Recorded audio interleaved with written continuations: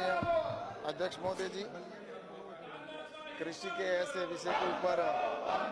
विपक्ष जिस तरह से हंगामा खड़ा कर रहा है, जिनका कोई मुद्दा नहीं है, लेकिन उसके बावजूद मैं इस अवसर पर माननीय सदस्य जी ने जिस तरह से प्रश्न पूछा है कि जैविक खेती के माध्यम से हम कौन सी सरकार की ऐसी योजनाएं हैं और जिससे कि किसान की लिए एक लाभकारी सिद्ध हो सके। हमारी सरकार के द्वारा किसानों के लिए पूंजी निवेश राज्य सहायता स्कीम भी प्रारंभ की गई है, जिसके अंदर किसान को या सरकार को 1 करोड़ और 60 लाख रुपए तक अधिकतम सीमा के अंदर उनको जैविक बीज किस तरह से तैयार करें और जैविक खाद का किस तरह से हो, तो उसके लिए उनके सरकार का भी प्रावधान है। और व्यक्ति से अगर कोई व्यक्तिगत किसान चाहता है कि मैं जैविक खेती का प्लांट लगाना चाहता हूं, तो उसके लिए भी 40 लाख रुपए अधिकतम का प्रावधान किया गया है। और दूसरा, परंपरागत कृषि विकास योजना, ये भी हमारी योजना है और उसके अंदर किसान को जैविक खेती के अंदर 50,000 रुपए 3 साल के लिए किसान को दिए जाते हैं अध्यक्ष महोदय जी, और 50,000 रुपए, जिसमें उनको 30,000 रुपए 31,000 रुपए सीधे उनको किसान को दिया जाता है। इसी तरह पूर्वोत्तर क्षेत्र के और जो हमारे क्षेत्र हैं, उनके अंदर भी इस योजना के अंदर जैसे पूर्वोत्तर क्षेत्र जैविक मूल्य श्रृंखला विकास योजना का भी हमने इसके अंदर एक शुरू की गई है, जिसके अंदर उनको 25,000 रुपये प्रति किसान को 3 साल तक के लिए दिया जाता है। इस तरह से हमारे ICR के द्वारा भी प्रारंभ किया गया है और राष्ट्रीय तिलहन और ऑयल पॉम मिशन को भी हमने चालू कर रखा है। और इसके साथ ही मैं आपको ये भी बताना चाहूँगा अध्यक्ष महोदय जी, आपके माध्यम से, कि इस जैविक खेती के लिए हमने जिस तरह से आपने पराली का भी रखा है इसमें कि हमारे जो गेहूं है उसके जो अवशेष बच जाते हैं, उसके लिए भी हमारी सरकार की तरफ से योजना है कि हम किस तरह से उसको पराली को खेत के अंदर खाद के रूप में हम प्रयोग ले सकें। और इसके अंदर अपन जिस तरह से वो अपन कह सकते हैं कि डीकम्पोजर का भी इसके अंदर जैविक खेती के अंदर बहुत बड़ा महत्व है। और इसके साथ ही आपको बताऊं कि हमने इसके लिए प्लान भी दिया है जैविक खेती को बढ़ावा देने के लिए। Soil health card management scheme के अंतर्गत हमने 10 बायो फर्टिलाइजर यूनिट भी स्थापित की है। और साथ ही परंपरागत कृषि योजना, जिसकी मैंने जिक्र किया है, परंपरागत कृषि योजना है, उसके अंदर हमने फर्स्ट फेज के अंदर जो फेज हमारा था 2015 से 17, उसके बीच में हमने 947 करोड़ रुपए का जैविक खेती के लिए आवंटन किया था और उसमें से हमने 646 करोड़ रुपए खर्च किए और जिसका सीधा किसानों को लाभ 6 लाख किसानों को लाभ हुआ था। और इसी तरह फेज 2 जो अभी हमारा चल रहा है 2018 से 18 और 19 के अंदर, इसके अंदर भी किसानों को जैविक खेती के लिए 2 लाख 3 लाख और 50,000 के हेक्टेयर एरिया के अंदर इसको कवर किया है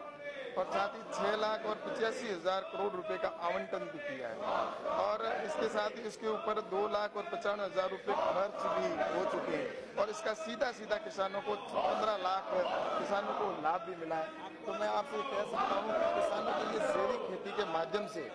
हमारे किसानों के लिए आने वाले समय में किसान को जो आज रासायनिक खाद का प्रयोग कर रहे हैं और जैसा का इसका अंदर बहुत नुकसान हो रहा है, वास्तविकता में सही है कि हम रासायनिक खेती से बढ़ते रहो लंबा और उसके बाद उसका फायदा हो सके। तो रासायनिक खेती से हम किसान को जैविक खेती के अंदर किस तरह से कर सकें, इसके ऊपर। अरे धर्मवीर जी। स्पीकर साहब, मैं आपके माध्यम से माननीय मंत्री जी से, क्योंकि हमारा हरियाणा प्रदेश के अंदर सबसे ज्यादा गेहूं और जीरी पैदा होती है। अभी पिछले दिनों माननीय प्रधानमंत्री जी जब अभी हमारा एक फैसला जिसके बारे में माननीय प्रधानमंत्री जी का स्टैंड रहा था, मैं पूछना चाहता हूं, क्योंकि हमारी एक्सपोर्ट क्वालिटी ये रासायनिक खाद गिरने की वजह से गेहूं और जीरी की बिगड़ चुकी है। क्या कोई इन दोनों प्रदेशों में, हरियाणा और पंजाब के अंदर, किसान को कोई डायरेक्ट पैसा रसायन खाद की बजाय जैविक खाद हम ज्यादा तैयार कर सकें, कम से कम ज्यादा नहीं तो 20,000 रुपया प्रति एकड़ अगर हर साल आप दो तो हम दावा कर सकता है हरियाणा और पंजाब का किसान हम सबसे ज्यादा बढ़िया क्वालिटी का चावल और गेहूं पैदा कर सकते हैं। अध्यक्ष महोदय जी, जैसा कि माननीय सदस्य ने कहा है कि कृषि के क्षेत्र के अंदर जैविक खेती के लिए हम किस तरह से सहायता देते हैं, मैंने इसके अंदर जवाब में भी कहा है कि जैविक खेती का उपयोग करने वाले किसानों के लिए हमारी सरकार की ओर से 50,000 रुपये तक का 3 साल का दिया जा रहा है और 31,000 रुपये उसको सीधा उसके खाते में आता है। और किसानों के लिए आपने चिंता की है, निश्चित रूप से मैं मानता हूँ कि आज से पहले जो सरकारें रही, जो कांग्रेस की नीति की सरकार थी, उन्होंने कृषि के ऊपर इतना ध्यान नहीं दिया और जिसकी वजह से जो जैविक खेती के और रासायनिक का उपयोग किया ज्यादा और उन्होंने जैविक खेती को बढ़ावा देने जैसी योजना नहीं बनाई, जिसकी वजह से आज हम जैसा आपने विषय रखा कि कई ऐसे यहाँ पर कई तरह की बीमारियां, कैंसर जैसी घातक बीमारी होती है। तो अगर यूपीए सरकार के समय में इस बात का विशेष ध्यान दिया होता तो मैं सोचता हूँ कि किसानों के लिए और आम आदमी के लिए बहुत बड़ा लाभ होता। और जैविक खेती के अंदर को बढ़ावा देने के लिए आज इससे कई तरह के बेनिफिट होते हैं। जैविक खेती के माध्यम से हमारे एक तो लागत कम आती है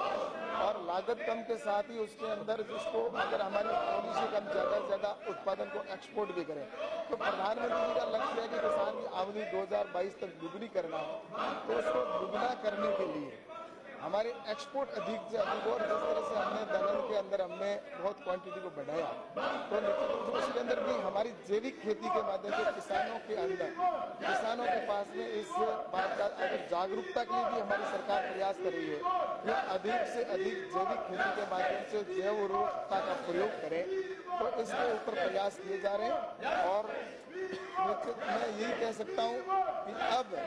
आने वाले समय में जो प्रधानमंत्री जी का लक्ष्य है कि हम जैविक खेती को भी बढ़ावा दें और इनकम भी बढ़ाएं, उसके ऊपर हमारी सरकार प्रयास कर रही है। लेकिन विपक्ष जिस तरह से किसानों जैसे मुद्दे के ऊपर आज इस तरह से हल्ला कर रहे हैं, इससे साफ जाहिर होता है कि इनका किसानों के प्रति कोई ध्यान नहीं है, किसानों के प्रति कोई सोच नहीं है। आज देश पूरा देख रहा है इनको कि इतने महत्वपूर्ण विषय के ऊपर ये इस तरह से अपने स्वार्थी ऐसे मुद्दे के ऊपर जिसका कोई औचित्य नहीं है जो मुद्दे उठा रहे हैं। मैं माननीय सदस्य जी को आश्वासन करना चाहता हूँ, आपने जैसा कहा है आप अगर व्यक्ति से कोई योजना का लाभ लेना चाहते हैं, सरकार की क्या योजना है, तो आप आइए और निश्चित रूप से हम सब मिलकर किसानों की आमदनी दुगनी करें। इसके लिए हम जैविक खेती को प्राथमिकता दें। तो ये आपका विषय बहुत अच्छा था, तो मैं आपको बहुत बहुत धन्यवाद। और इस पूरे देश के अंदर भी आपका मैसेज नीतियां बता शारदा पटेल। मैं ये कह रहा हूँ कि आज हमारे ICR के अंदर ले आना चाहता हूँ। ICR में दूसरे सब श्रीमती शारदा पटेल। धन्यवाद अध्यक्ष बाबू जी। जैविक खाद से किसानों एवं उपभोक्ताओं को कई अपरोक्ष लाभ होते हैं। जैविक खाद के उपयोग से मिट्टी की गुणवत्ता एवं उपजाऊ शक्ति बढ़ती है। वहीं उपभोक्ताओं को बेहतर, स्वादिष्ट और पोषक मूल्य वाले आहार के साथ स्वस्थ आहार मिलता है। आज जब मानव जीवन के लिए अति आवश्यक तत्वों में वायु और जल जैसा कि कई रिपोर्ट में दावा किया गया है काफी प्रदूषित हो चुके हैं, तब मिट्टी और अन्न को प्रदूषित होने से बचाने में जैविक खाद का महत्व बढ़ जाता है। मैं माननीय मंत्री जी से पूछना चाहती हूँ कि पिछले 3 वर्षों में सरकारी क्षेत्र की कंपनियों जैसे क्रूपको, इफको, नॉफेड आदि के जैविक खाद का कितना उत्पादन किया है एवं अगले 3 साल में जैविक खाद के उत्पादन को बढ़ावा देने हेतु इन कंपनियों को सरकार ने क्या निर्देश दिया है? आप माननीय सदस्य जी ने जो विषय उठाया है कि कंपनियां जिस तरह से उर्वरकता पैदा कर रही है उनके बारे में कहा है, उनके आंकड़े मैं आपको अलग से दे दूंगा। लेकिन मेरा ये कहना है कि सरकार का लक्ष्य एक ही है कि हम अधिक से अधिक कम लागत के अंदर हम किसान को किस तरह से लाभ दे सकें। तो उसके लिए हमारे सॉइल हेल्थ जैसा आपने मिट्टी की चिंता की है, तो सरकार के द्वारा सॉइल हेल्थ कार्ड का एक जिस तरह से पूरे देश के अंदर प्रधानमंत्री ने योजना प्रारंभ की है, उसके अंदर मिट्टी को हम किस तरह से न्यूट्रिएंट्स ज़्यादा मिले और उसके लिए हमारे प्रयास जारी है। तो उसके अंदर भी हमारी जो सॉइल हेल्थ कार्ड के अंतर्गत पूरे देश के अंदर आज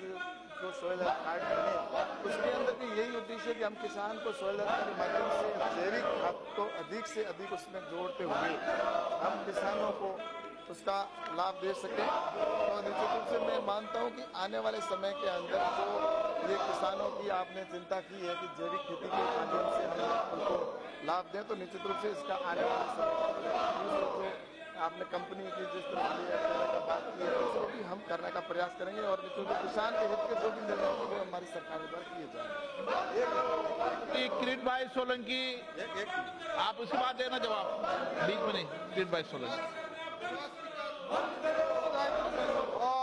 आज जो देश में कैंसर जैसी बीमारियां बहुत तेजी से बढ़ रही है, मैं पेशे से डॉक्टर हूं, तो मैं ध्यान आकर्षित करना चाहता हूं कि जो केमिकल फर्टिलाइजर की वजह से शायद ये बीमारियां बढ़ रही है और आईसीएमआर ने कीटनाशकों का स्वास्थ्य पर प्रभाव इस नामक एक अध्ययन भी शुरू किया है। मैं मंत्री जी को मैं आपके माध्यम से मैं जानना चाहता हूं कि हम जैविक जो फर्टिलाइजर को बढ़ावा देने के लिए, परंपरागत खेती को बढ़ावा देने के लिए हम क्या ठोस प्रयास कर रहे हैं ताकि इस प्रकार की जो बीमारियां हैं उस पर हम अंकुश में ले जाए। हमारी परंपरागत जो कृषि पद्धति है उससे बहुत ही फायदा होता है और हमारे नॉर्थ ईस्ट स्टेट में उसको बहुत अच्छी तरह से लागू किया जाता है। पूरे भारत में इसको लागू करने के लिए हमारे जो मंत्रालय की ओर से क्या प्रयास है मैं वो जानना चाहता हूँ।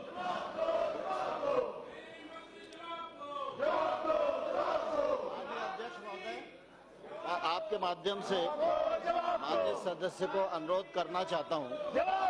सामान्य तौर पर ये चर्चा चलती रहती है कि रासायनिक पेस्टिसाइड से कैंसर होता है। इस प्रकार की अभी तक कोई अध्ययन की रिपोर्ट नहीं आई है। आईसीआर और आईसीएमआर इन दोनों ने अभी तक इस प्रकार का कोई भी प्रभाव नहीं दिया है कि इससे मानव जीवन पर इस प्रकार का नुकसान पड़ता है। आईसीएमआर ने एक अध्ययन की शुरुआत की है जिसकी रिपोर्ट जब आएगी तो उस हिसाब से सोचा जाए, लेकिन सामान्य तौर पर मैं आपके माध्यम से सभी सदस्यों को आग्रह करना चाहता हूँ कि रासायनिक उर्वरक और पेस्टिसाइड इन दोनों का संतुलित उपयोग होगा तो निश्चित रूप से किसान की उत्पादकता भी बढ़ेगी और पानी की खपत भी कम होगी और किसान को उसकी आय का उचित मूल्य भी मिल सकेगा। जहाँ तक जैविक खेती का मामला है, जैविक खेती को बढ़ावा देने के लिए भारत सरकार ने अनेक स्कीमों को संचालित किया है जिसका फायदा आज पूरे देश में मिल रहा है। भारत के प्रधानमंत्री नरेंद्र मोदी जी के नेतृत्व में पहली बार कृषि निर्यात नीति बनाई गई है जिसमें हम कृषि निर्यात को दोगुना करना चाहते हैं 2022 तक और जहां तक कृषि के माध्यम से कृषक की आमदनी को दोगुनी करने का मामला है तो माननीय अध्यक्ष महोदय, अगर 2022 तक आमदनी को दोगुनी करना होगा तो एक ही चीज पर काम करने से काम नहीं चलेगा। हमको कृषि के क्षेत्र में बहुआयामी प्रयास करने पड़ेंगे, उर्वरक का भी उपयोग करना पड़ेगा, पेस्टिसाइड का भी उपयोग करना पड़ेगा, जैविक खेती को भी बढ़ावा देना पड़ेगा। और इस बार तो अध्यक्ष महोदय बजट में माननीय प्रधानमंत्री जी के निर्देश से 0 बजट खेती की भी घोषणा की गई है। जो हमारी प्राकृतिक पद्धति है जिसको आज तक उपेक्षित कर रखा था उसकी भी घोषणा की गई है, उसके अनुसार भी स्कीमें बन रही हैं, उसका फायदा भी कंट्री को मिलेगा। अरे नहीं चलेगी, नहीं चलेगी। Shri Margani Bharat. Yeah, Speaker, sir. I have 3 questions regarding this, sir. How the ministry is going to improve the quality of biofertilizer available in the market, sir? The point number 1. And the point number 2, steps taken to make the well-qualified microbiologists to the industry for production, marketing, and distribution of biofertilizer, sir. And what is the regulatory mechanism that the ministry proposed to bring into regulate the biofertilizer in the country, sir? Hello, माननीय अध्यक्ष महोदय से मैं आपके माध्यम से माननीय सदस्य को बताना चाहूँगा कि हमारे किसानों के लिए 0 बजट फार्मिंग का प्रावधान रखा गया है। उसके साथ ही हमारी उसके अंदर गाय का बहुत बड़ा महत्व है और डीकम्पोजर जो जिससे कि किसान के लिए हमारे डीकम्पोजर का उपयोग किया जाएगा और डीकम्पोजर से किसान के जो खाद है उस खाद को बनाने के लिए उसके अंदर पानी डाल के और उसके अंदर जिस तरह से गुड़ को डाल के और एक बहुत बड़ा उसको किया जाता है, जिससे वो किसान के लिए जो आने वाले समय में जब वो उसको 40 दिन तक खेत के अंदर रहेगा और उसके जो उसका कंपोस्ट है, जितनी भी उसकी खाद है गाय की या अन्य जो खाद होती है उसको एक जगह पर डाल के और उसको 40 दिन तक रखेंगे तो उससे मित्र जीव जो पैदा होंगे। इसमें जो मित्र जीव जब किसान के उसके बीज के अंदर भी उसको मिक्स किया जाएगा, उसके लिक्विड के अंदर भी होता है, ठोस भी होता है। तो इस तरह से हमारे वैज्ञानिकों के द्वारा कई प्रयोग, हमारे साइंटिस्ट जो ICR के माध्यम से प्रयोग किए जा रहे हैं, जिसके अंदर जिसका हम जैविक खेती के अंदर किस तरह से अधिक प्रयोग करें और उसकी वजह से वो किसान उसकी इल्ड भी बढ़ेगी। और लगभग हमने जैसा हमारे ICR के अंदर प्रयोग करके भी देखा है तो उसके अंदर 15 से 25% फसल का उत्पादन भी बढ़ा है। तो इसलिए मैं आपसे कह सकता हूं कि आने वाले समय के अंदर किसानों के लिए जो हमारी आत्मा योजना उसके अंदर कृषि विज्ञान केंद्र है, वहां पर भी ट्रेनिंग दी जाती है और आत्मा योजना के तहत किसानों को प्रशिक्षित भी किया जाता है कि हमें जैविक खेती के अंदर किस तरह से फसल को बोना है, किस तरह से फसल के खाद का उपयोग करना है। ये सारी ट्रेनिंग देके हम आने वाले समय में किसानों को जैविक खेती की ओर ले जाएंगे, ताकि आज विदेश के अंदर भी अगर हम एक्सपोर्ट भी करते हैं तो एक्सपोर्ट के अंदर भी हमारे से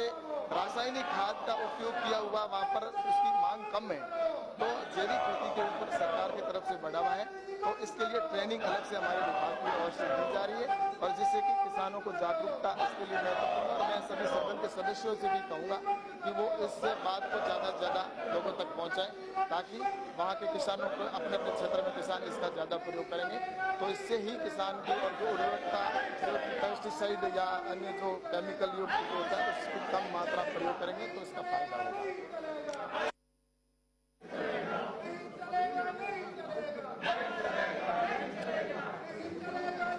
सचमुच अभी छोटे मंत्री और बड़े मंत्री ने जो इस विषय पर उत्तर दिया वो बहुत ही सराहनीय है और इतने विस्तार से ये दुर्भाग्य है कि हमारे विपक्ष के लोग इसका लाभ नहीं उठा पा रहे हैं। और अध्यक्ष महोदय, मैं सदन को जानकारी देना चाहूँगा कि आज मैं अपने जिला का एक बड़ा किसान के रूप में पिछले कुछ वर्षों में विकसित होकर आया हूँ और बहुत सारे कार्यों के बीच में खेती में भी मेरा लगाव बहुत बढ़ चुका है और आप सब लोगों से आग्रह करूंगा कि जैविक खेती का क्या स्वरूप हो सकता है, इसे समझने के लिए मैंने अपने आप के लिए किया था जैविक खेती के संदर्भ में और जिस प्रकार से अगल बगल के किसान उसको अपना रहे हैं, मैं समझता हूं कि ये बहुत है। लेकिन मूलतः ये राज्य सरकार का विषय होता है और राज्य सरकार को बड़ा समर्थन इसमें दे तो उसका लाभ होता है। हमारे साथ लोगों की कठिनाई क्या है कि जो बड़ी योजनाएं भारत सरकार की जाती है जिसमें जैविक फर्टिलाइजर्स के उपयोग के लिए, वो किसानों तक पहुंचने का जो माध्यम है वो राज्य सरकार है और प्रखंड है और ये योजनाओं का रूपरेखा क्या होगा ये समझना कई बार हमारे लिए कठिन हो जाता है, जिसके कारण प्रखंड स्तर पर या प्रखंड कृषि विकास पदाधिकारी या जिला किसान,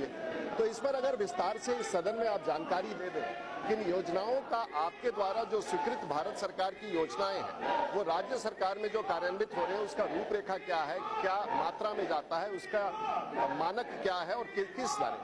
में। महोदय, मैं जब देहात में घूमता हूँ तो एक चीज मैं महसूस कर रहा हूँ, देहात में साग की खेती, बाकी खेती, और माननीय मंत्री ने कहा कि जब उर्वरक का इस्तेमाल संतुलन के साथ होता है तो उसका कुप्रभाव नहीं होता है, ऐसा उनका कहना था कि संतुलित करना चाहिए। किसानों में क्योंकि पूरे दुनिया में खाद्यान्न का बोझ बढ़ता जा रहा है, इसलिए कीटनाशक दवाओं का उपयोग, फर्टिलाइजर्स का उपयोग भी उसी अनुपात में किसान बढ़ा रहे हैं और किसान को हमेशा ये लगता है कि अधिक खाद देने पर अधिक उत्पादकता होगी और उससे हमें अधिक लाभ होगा। तो ये जो रिन्यूमरेटिव प्राइसेस है, किसान को लगता है कि अधिक उत्पादकता करके हम अपना तो खर्चा निकाल लेंगे, लेकिन कहीं ना कहीं ये संतुलन बिगड़ जाता है। मैं थोड़ा सा चिंतित हुआ जवाब के एक संदर्भ से और ऐसा लगता है कि भारत की सरकार ने पहली बार ये तय किया है कि क्या इसके स्वास्थ्य पर प्रभाव है कि नहीं, उस पर हम लोगों ने ICMR को कहा है। ये उत्तर से थोड़ा मैं असंतुष्ट हूँ क्योंकि 70 वर्ष के इतिहास में अगर भारत की सरकार का ये उत्तर आता है कि इस खाद्यान्नों में उपयोग किए जाने वाले फर्टिलाइजर से क्या स्वास्थ्य पर प्रभाव नहीं पड़ता है, और उसके लिए अभी हम लोगों ने अनुसंधान किया, तो मैं मानने के लिए तैयार नहीं हूं और ऐसा नहीं होगा। लेकिन एक चीज माननीय अध्यक्ष महोदय आपके माध्यम से, अगर ये अनुसंधान ICMR से कि फर्टिलाइजर्स के उपयोग से क्या प्रभाव पड़ता है, इसका कोई समय सीमा निर्धारित हो जाता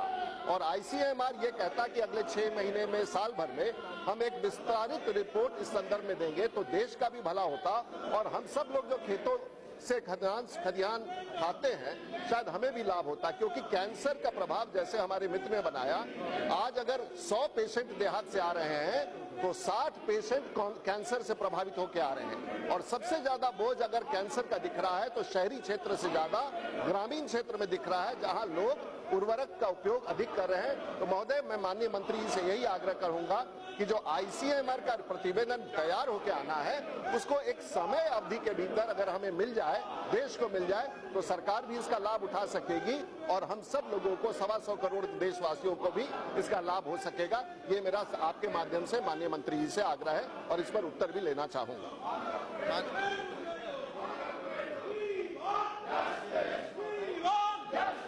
माननीय सदस्य ने बहुत विस्तार से अपनी बात कही है और मैं उनकी भावना से पूरी तरह सहमत हूँ। मैं उन्हें 2-3 जो उनके प्रश्न हैं उनके बारे में कहना चाहता हूँ कि आमतौर पर हम सब जानते हैं कि लोकतंत्र में संघीय राज्य है, इसलिए केंद्र सरकार को जो भी काम करना पड़ता है वो राज्य के माध्यम से करना पड़ता है। वो राज्य ठीक प्रकार से इम्प्लीमेंट करे, इस बात की कोशिश केंद्र से भी की जाती है और इसके लिए हमारी दिशा मॉनिटरिंग समिति है, उसमें सांसद जी अध्यक्ष होते हैं, वो भी उसकी मॉनिटरिंग करते हैं और मुझे लगता है राजीव प्रताप रूडी जी उस मामले में अपने आप में एक उदाहरण है, जो दिशा कमेटी का पूरा सार्थक उपयोग कर रहे हैं। लेकिन जहाँ तक उन्होंने जैविक क्षेत्र में उपयोग की जाने वाली केंद्र सरकार की स्कीमें हैं, उनके मानदंड हैं, उनके लिए फंडिंग है, वो सारी जानकारी उन्होंने मांगी है, वो सारी जानकारी उनके पास भेज दी जाएगी। और दूसरा मैं उन्हें आग्रह करना चाहता हूँ कि जो उर्वरक और पेस्टिसाइड वाला विषय है, स्वाभाविक रूप से हमारे यहाँ 2 ही संस्थाएं हैं, चाहे ICR हो या ICMR हो, ये दोनों संस्थाएं जब तक कोई चीज प्रमाणित नहीं कर देती तब तक हम उसे मान नहीं सकते। लेकिन अभी तक सामान्य तौर पर उन्होंने इस प्रकार के दुष्प्रभाव का कोई भी रिपोर्ट नहीं दिया था, लेकिन अभी ICMR ने ये अध्ययन शुरू किया है। अब उर्वरक या पेस्टिसाइड पर जो रिसर्च की जानी है, तो सुप्रभाव की या प्रभाव की, ये कृषि के क्षेत्र में एक लंबा विषय होता है, इसलिए उसकी अवधि क्या होगी ये एकदम मैं आज इस समय नहीं कह सकता, लेकिन मैं उनकी भावना से सहमत हूं और उनका ये सुझाव स्वागत योग्य। माननीय सदस्यगण, किसानों की समस्याओं के संबंधित प्रश्न लगा हुआ है। अगला प्रश्न भी किसानों से संबंधित है। मैं आपसे आग्रह करूंगा कि आप सभी अपनी अपनी सीटों पे चले जाएं, ताकि किसानों की महत्वपूर्ण समस्याओं पर इस सदन में चर्चा हो सके,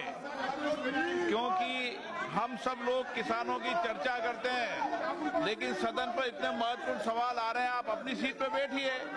मैं नेक्स्ट क्वेश्चन फिर किसानों की समस्याओं के लिए बुला रहा हूं। पीपी चौधरी जी।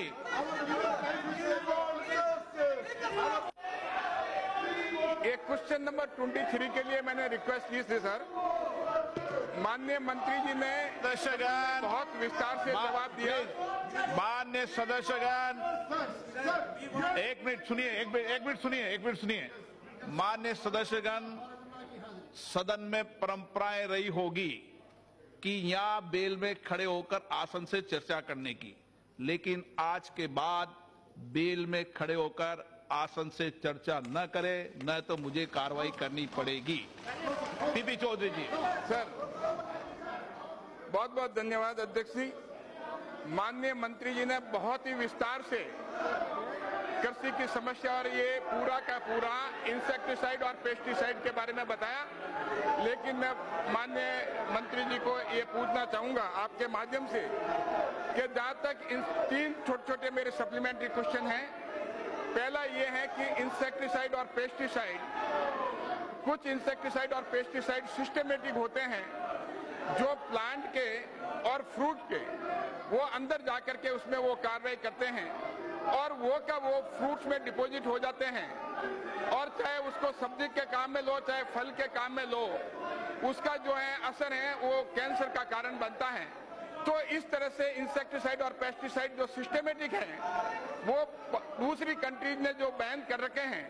क्या हमने उन चीजों को देखा है कि उनको बैन करने की जरूरत है? और दूसरा, मैं माननीय मंत्री जी से ये भी पूछना चाहूंगा कि ऑर्गेनिक एग्रीकल्चर रिसर्च के लिए क्या इसको पुश करने के लिए हम फॉरेन कंट्री से और एजेंसी से कोई कोलैबोरेशन करने की सोचते हैं, जिससे कि जब तक हम ऑर्गेनिक के रिसर्च नहीं करेंगे तो हमारे इंडिजिनस रिसर्च के बारे में क्या सरकार की रूपरेखा है? और तीसरा सप्लीमेंट्री क्वेश्चन माननीय मंत्री जी को पूछना चाहूंगा कि जिस हिसाब से हमने गोवा में ऑर्गेनिक एग्रीकल्चर यूनिवर्सिटी खोली है, क्या इस तरह से ऑर्गेनिक एग्रीकल्चर यूनिवर्सिटीज और जगह भी खोलने का सरकार का प्रस्ताव है? बहुत बहुत धन्यवाद। माननीय अध्यक्ष महोदय जी, मैं आपके माध्यम से माननीय सदस्य से ये कहना चाहूँगा कि जैविक खेती और ऑर्गेनिक के बारे में जिस तरह से आपने कहा है, तो हमारे ICAR के माध्यम से हमारे साइंटिस्ट हर समय ये प्रयास करते हैं और किसानों से भी सुझाव लेते हैं। कई ऐसे किसान भी हैं जो ऑर्गेनिक के क्षेत्र के अंदर अपना अलग अलग प्रयोग करते हैं कि किसान के लिए उसमें पेस्टिसाइड का उपयोग कम हो। तो इसके लिए ऐसे किसानों को हम सम्मानित भी करते हैं जो ऑर्गेनिक के अंदर काम कर रहे हैं, और हमारे साइंटिस्ट भी ऐसे हैं जो खेती के अंदर ऑर्गेनिक इस तरह से नए नए जीवाश्म के माध्यम से हम उसके उत्पादन को भी बढ़ा सकते हैं और कम पेस्टिसाइड का उपयोग भी कम हो। तो इस तरह से हमारे साइंटिस्ट भी ICAR के अंदर हमारे विभाग के माध्यम से ये कार्य चल रहा है, और आने वाले समय के अंदर जैसा आपने कहा कि बाहर से क्या इसके लिए प्रयास किए जा रहे हैं, मैं तो ये कहना चाहता हूँ कि हमारा ICAR आज विश्व का सबसे माना हुआ ICAR है जहाँ पर रिसर्च सेंटर रिसर्च होते हैं। तो आज इस समय में अध्यक्ष महोदय जी आपके माध्यम से ये कहना चाहूँगा कि हमारे इस हिंदुस्तान के अंदर हमारे साइंटिस्ट हैं वो, और हमारे किसान और हम सब मिलकर हमारे किसानों के लिए हम क्या ऐसा करें कि किसान की आमदनी तो बढ़ाने का हमारे प्रधानमंत्री जी का लक्ष्य है ही, उसको करेंगे। लेकिन एक बात है कि इन 60 सालों के अंदर 70 साल जो 60 साल उन्होंने शासन किया, उन्होंने इस तरह की, अगर अभी इन दिनों में प्रधानमंत्री माननीय नरेंद्र मोदी जी के समय में जो रिसर्च और जिस तरह से जैविक खेती को, जीरो बजट फार्मिंग को बढ़ावा दिया जा रहा है, वैसा अगर पहले दिलवाया होता तो आज जो हम कैंसर जैसी घातक बीमारी की बात करते हैं वो हमारे को सुनने को नहीं मिलती। लेकिन किसान का जिस तरह से आज इस सदन के अंदर ये विरोध करे किसान की चर्चा के ऊपर, इन लोगों ने 60 साल के अंदर किसान की परिभाषा बदल दी। इन लोगों ने किसान के नाम पर राजनीति की, किसान के नाम पर वोट की बात की, लेकिन किसान शब्द का अर्थ हो गया गरीब। किसान की परिभाषा ही इन्होंने गरीबी से रख दी। अगर किसी कहानी की शुरुआत करते हैं तो भी कहते हैं कि एक गांव में एक गरीब किसान रहता था, ये कभी नहीं कहा गया कि एक गांव में एक अमीर किसान रहता था। इस तरह से इन्होंने किसान की परिभाषा को ही बदलने का, जिस तरह के आज के इनके रवैये से दिख रहा है कि इनको किसानों की बिल्कुल चिंता नहीं है। आज पूरा सदन किसानों के ऊपर चर्चा कर रहा है, लेकिन ये लोग सामने विपक्ष में बैठे हैं, वो आज इस तरह से हंगामा कर रहे हैं। मैं आपको सामान्य सदस्य 24 श्री कपिल पाटिल जी जो सुझाव है उनको हम इस पर